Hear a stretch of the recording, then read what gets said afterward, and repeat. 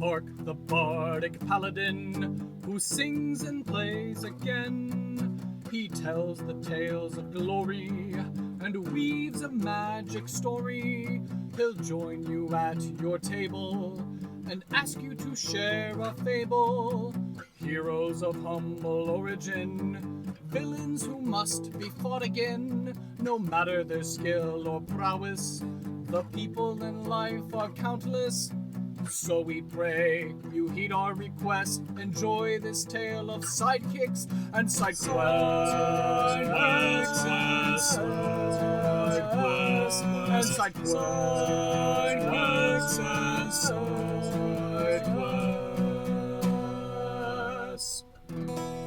Episode 2, Randolph the Archwizard and Tavernkeeper.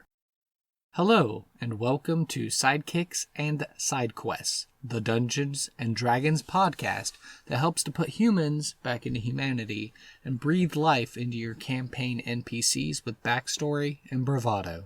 That's right, we're building a world, one character at a time. I am your host, Kurt Krenwelge, the Bardic Paladin, and welcome to the Levitating Platter.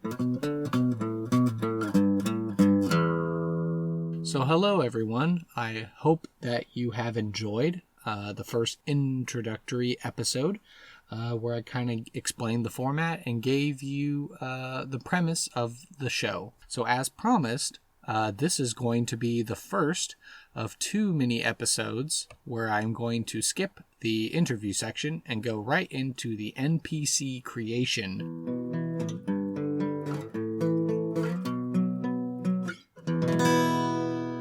So, obviously, we know his name is Randolph. Gandalf didn't have a last name. I suppose people ascribed names to him, but for now, we're good with Randolph.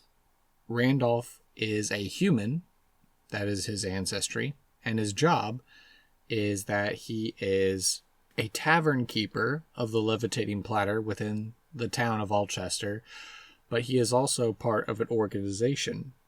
The name of that organization is the Order of Words, which is a collection of spellcasters who seek to gain knowledge of the written word from the gods, as well as hone their magical arts and their craft and their abilities.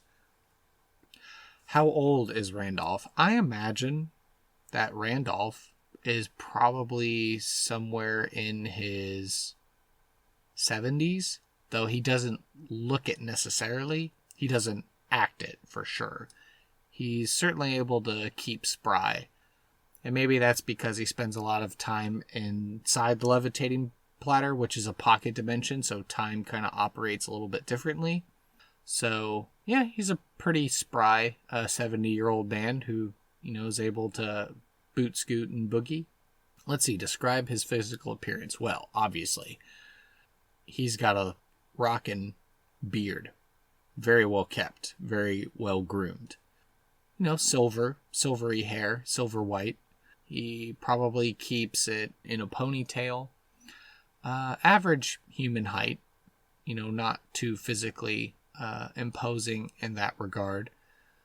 Fair-skinned, blue eyes, wrinkles. Basically, I imagine you're already picturing Sir Ian McKellen in your mind, and I don't think he'd be that far off. But again, it's a likeness to him, but not an exact duplicate.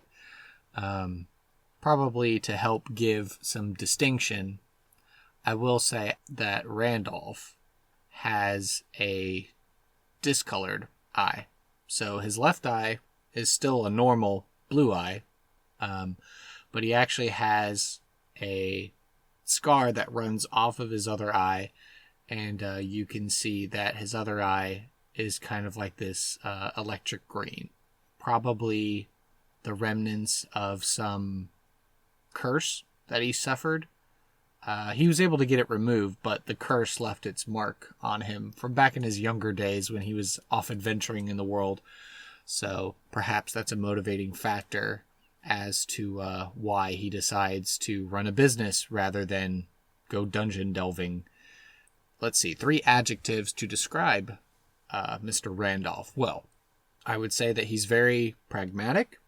I would say that he is financially oriented. He does have a business to run after all. And I would say that he is very wise because he's been around. He's delved in many ancient evil temples.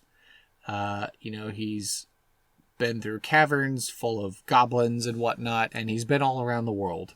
Now, what is a valuable item, piece of lore, or secret that this character possesses?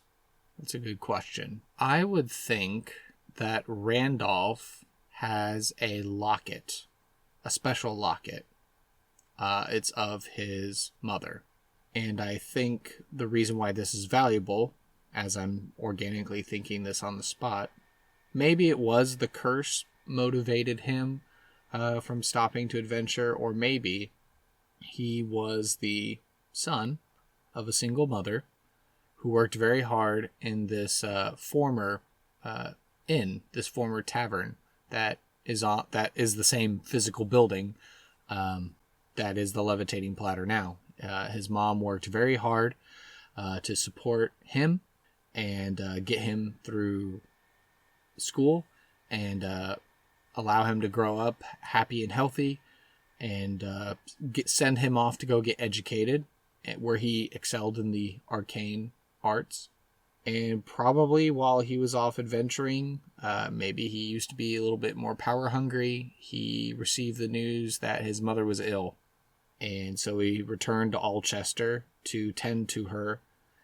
And she passed away peacefully at an old age, and Randolph got to be there.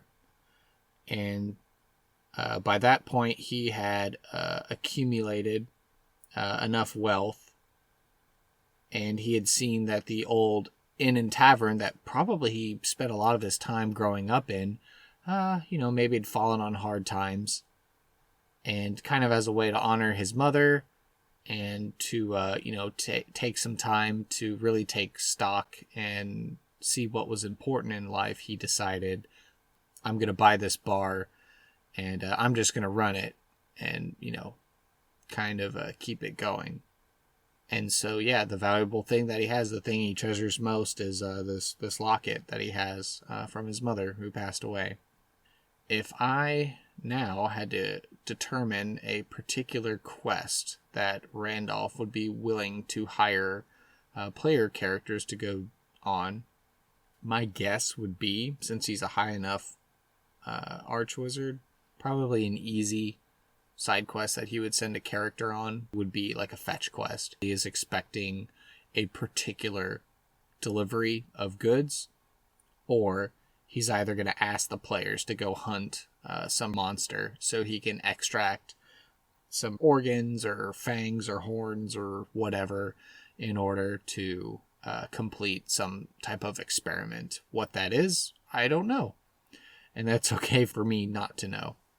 What would be the reward for succeeding? Well, Randolph probably would be able to award the players handsomely with a large chunk of change, which would be, which is always good for a party, because then that means they can spend it again at the bar, or they can invest in some new equipment or whatnot.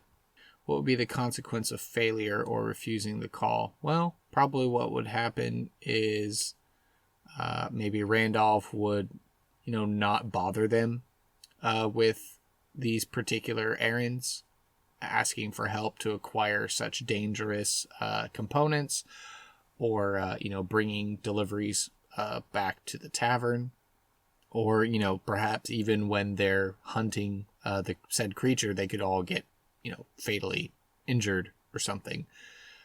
So, yeah, I think that's about it. I know I have optional questions here, and there is one particular optional question I'd like to add, which is, what impact have you made on the world, and how have you shaped the local area?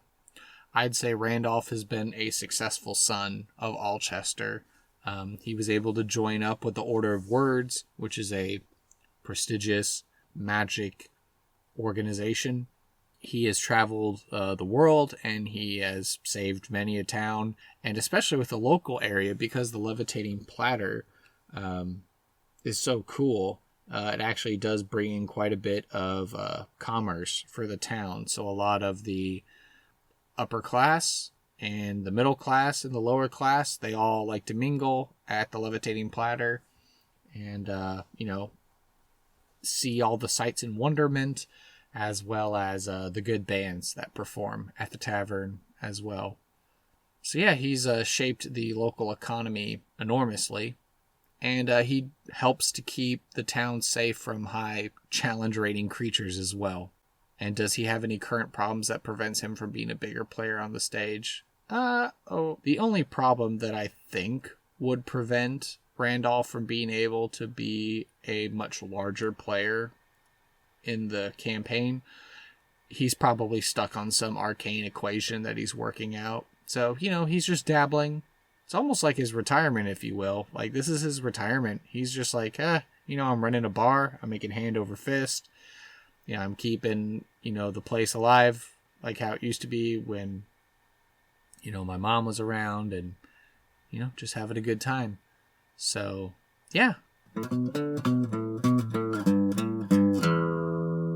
Because this is a mini-sode episode and it's only me just talking into a microphone, I've decided to skip the random encounter. I feel like I fleshed out Randolph fair enough. And as long as you kind of take those notes into account, I didn't have any special voice for Randolph. I just, took those character notes into mind and then would just talk to my players as Randolph. Maybe a little deeper, maybe a little more authoritative sounding, but otherwise nothing particularly special. So now I suppose we'll head to the final thoughts. So yeah, the mini-sode experiment, seems to be going okay. It was supposed to be a quick, brief episode just to give you an idea of how that would work, and again to give context to who Randolph is as far as my lore is concerned about the background actors of the podcast pocket universe, if you will.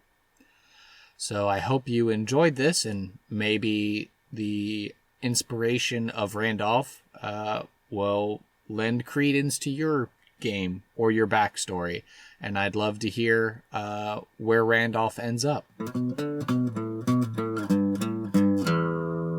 Thank you for listening to this episode of Sidekicks and Side Quests. Be sure to subscribe to the podcast on Apple Podcast or Overcast. You can also save the RSS feed to the app of your choice. I ask that you please leave an honest review on iTunes to help spread the word. Please follow the podcast by searching for @SideKQ Podcast on Twitter and Facebook. I've created a subreddit as well, which you can find at r/SideKQ Podcast. If you'd like to get in contact with me for inquiries, questions, or comments, feel free to send an email to sidekicksandside_quests, all one word, @gmail.com. Sidekicks and Side Quests is unofficial fan content permitted under the fan content policy, meaning I'm not approved or endorsed by Wizards. Portions of the materials used are property of Wizards of the Coast. Copyright Wizards of the Coast, LLC. Thank you for your support, and I'll see you at the pub next time. Bar to rock on 1, 2, 1, 2, 3, 4.